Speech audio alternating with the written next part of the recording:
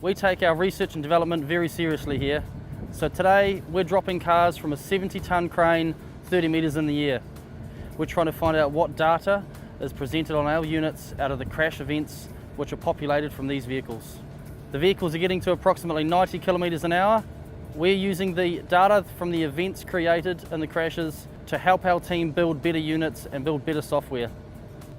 We're using 5 units in each vehicle to get a broad view of different installation locations in each vehicle.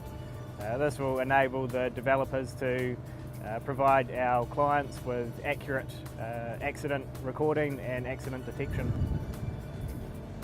We're working hard to make sure the data that comes through gives us accurate information so we can make your team safe.